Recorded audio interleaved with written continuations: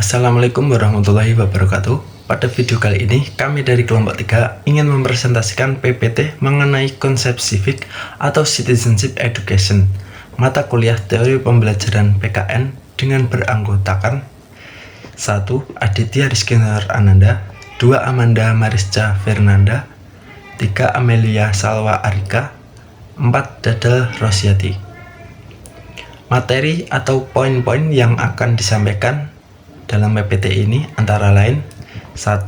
Pendidikan kewarganegaraan, 2. Civic education, ketiga citizenship education, keempat civic edu PKN CE dalam tradisi social studies, kelima kompetensi PKN CE dan area PKN CE, keenam ontologi epistemologi aksiologi PKN, dan yang terakhir pendidikan kewarganegaraan sebagai sistem terpadu terintegrasi. Materi yang pertama yaitu materi pendidikan kewarganegaraan.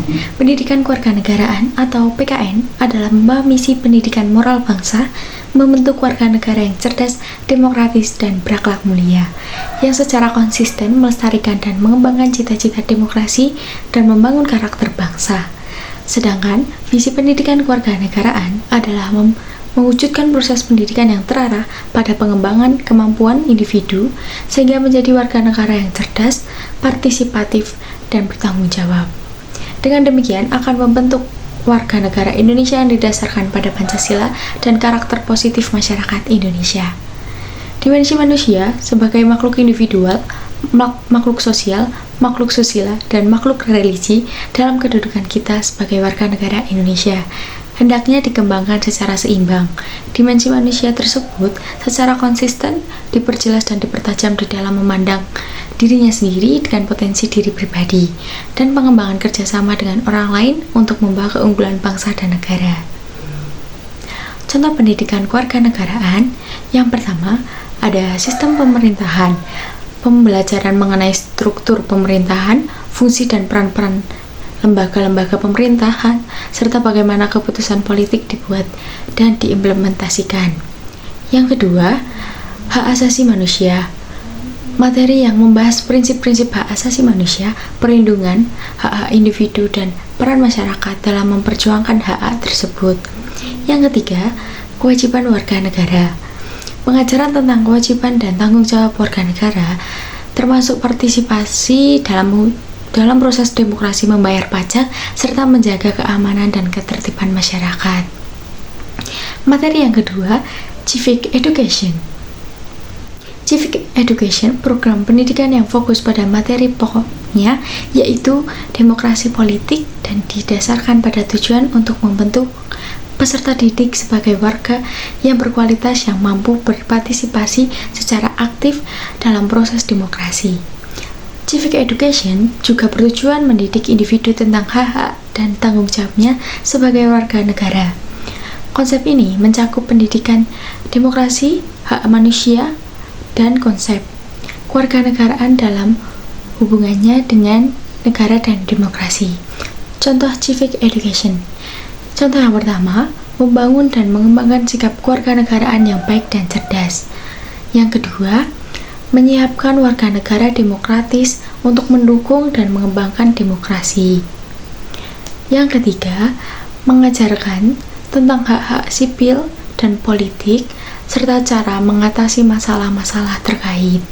Yang keempat, menyediakan sarana pendidikan yang dirancang untuk mengembangkan sikap kewarganegaraan yang baik. Materi yang ketiga, citizenship education.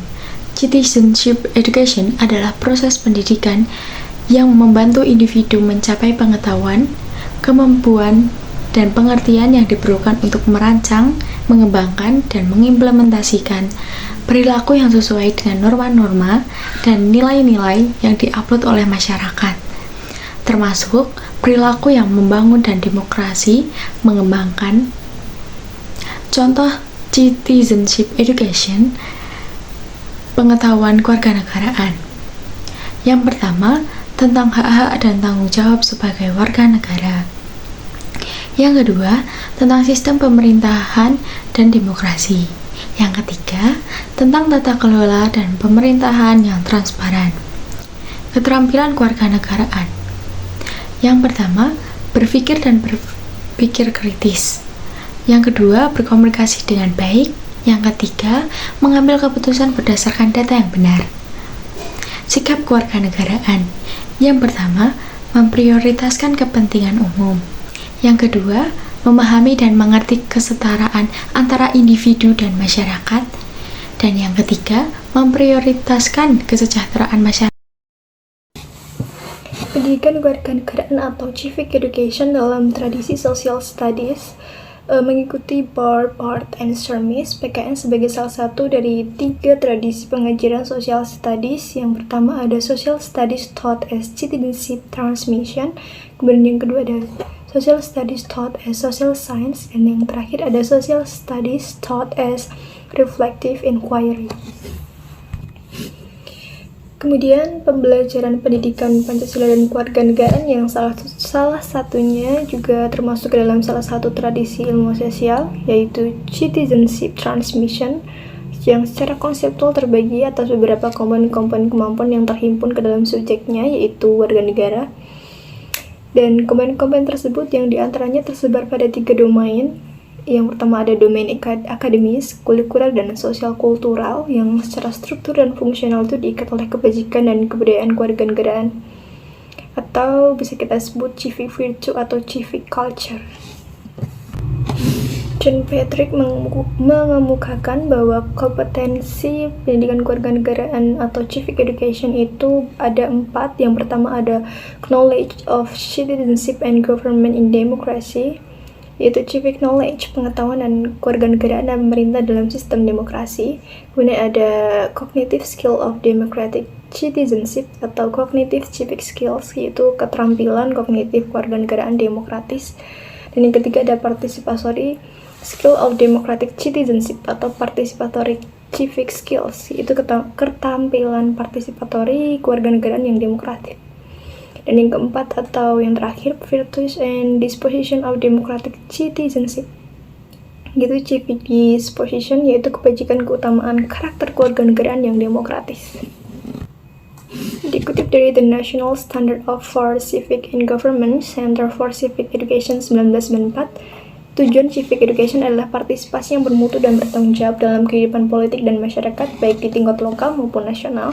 Yang partisipasinya itu memerlukan kompetensi kewarganegaraan yang sebagai berikut. Ada yang pertama, penguasaan terhadap pengetahuan dan pemahaman tertentu. Kemudian ada pengembangan kemampuan intelektual dan partisipatoris. Kemudian ada pengembangan karakter atau sikap mental tertentu. Dan yang terakhir ada komitmen yang benar terhadap nilai dan prinsip fundamental, yaitu demokrasi yang konstitusional. Kemudian ada area pendidikan kewarganegaraan. Yang pertama ada pengantar pendidikan kewarganegaraan yang antara lain latar belakang, kompetensi, ruang lingkup, serta hakikat dan landasan pendidikan kewarganegaraan. Dan yang kedua ada wawasan Nusantara sebagai geopolitik Indonesia yang antara lain pengertian hakikat unsur-unsur serta kedudukan dan fungsi wawasan Nusantara, ketahanan nasional, dan geostrategi Indonesia. Dan yang ketiga ada ketahanan nasional dan geostrategi Indonesia yang antara lain pembahasan tentang landasan, pengertian, asas, dan ciri ketahanan nasional Indonesia. Dan yang keempat ada integrasi nasional yang antara lain membahas mengenai pengertian integrasi nasional, permasalahan globalisasi, multikulturalisme, Bhinneka Tunggal Ika, dan keutuhan negara kesatuan Republik Indonesia. Dan yang kelima ada identitas nasional Indonesia yang mencakup pembahasannya tentang pengertian identitas nasional itu sendiri, karakter bangsa, wujud-wujud identitas nasional, kemudian isi arti setiap sila-sila Pancasila dan kedudukan Pancasila sebagai pandangan hidup bangsa. Yang keenam ada hak dan kewajiban warga negara yang antara lain pembahasan tentang pengertian hak dan kewajiban, landasan filosofis hak asasi, macam-macam hak warga negara, serta harmonisasi hak-hak dan warga negara di Indonesia itu sendiri. Dan demokrasi di Indonesia itu yang nomor 7 antara lain pembahasan tentang pengertian demokrasi, prinsip-prinsip umum demokrasi, prinsip-prinsip dasar dari filsafat, aspek mekanisme demokrasi Pancasila, serta pokok-pokok pelaksanaan demokrasi di Indonesia yang seperti apa. Dan yang kedelapan ada konsep dari negara dan konstitusi, antara lain pembahasan tentang perangkat hukum dan ketatanegaraan Republik Indonesia. Dan yang terakhir ada otonomi daerah serta good and clean governance, yang antara lain pembahasan tentang pengertian, implementasi dari prinsip-prinsip tata kelola pemerintahan yang baik, dan hambatan pencegahan dari korupsi dan pencapaian tujuan dan cita-cita nasional, serta pendekatan astagata perwujudan dari ketahanan nasional, pengantar, dan pendidikan kewarganegaraan itu sendiri. Selanjutnya adalah perbedaan mengenai ontologi, epistemologi, dan aksiologi pendidikan kewarganegaraan. Ontologi pendidikan kewarganegaraan di Indonesia ini mengacu atau berkaitan tentang eksistensi dan juga realitas nilai-nilai, prinsip, dan tujuan pendidikan kewarganegaraan dalam konteks kehidupan bermasyarakat.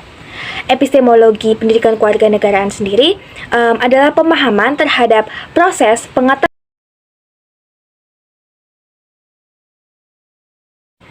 Selanjutnya adalah pendidikan kewarganegaraan sebagai sistem terpadu ataupun terintegrasi, di mana mengacu pada pendekatan yang menggabungkan berbagai aspek pengetahuan, nilai, keterampilan, dan juga sikap yang relevan dalam konteks kewarganegaraan.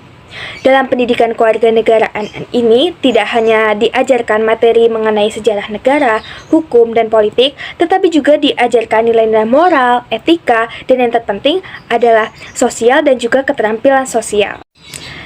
Untuk yang terakhir adalah 4 hal yang dibahas dalam pendidikan kewarganegaraan sebagai sistem terpadu atau terintegrasi. Yang pertama adalah pengembangan pemahaman menyeluruh tentang konsep demokrasi, keadilan, toleransi, pluralisme, dan juga hak asasi manusia. Yang kedua adalah pembentukan sikap peduli, bertanggung jawab, dan partisipasi warga negara yang aktif dalam masyarakat. Ketiga adalah penguatan nilai-nilai dari moral, etika, dan juga kejujuran sebagai landasan dalam bertindak dan juga berinteraksi dengan orang lain. Keempat adalah pembelajaran keterampilan sosial seperti berkomunikasi, berkolaborasi, dan juga berdamai dalam menghadapi atau mengatasi berbagai konflik. Berikut ini merupakan daftar pustaka dengan referensi-referensi yang kelompok kami gunakan pada saat proses penyusunan PPT ini. Sekian dari kelompok kami. Jika ada salah kata maupun perbuatan, kurang lebihnya mohon maaf yang setulus-tulusnya. Wabillahi taufiq wal hidayah. Wassalamualaikum warahmatullahi wabarakatuh.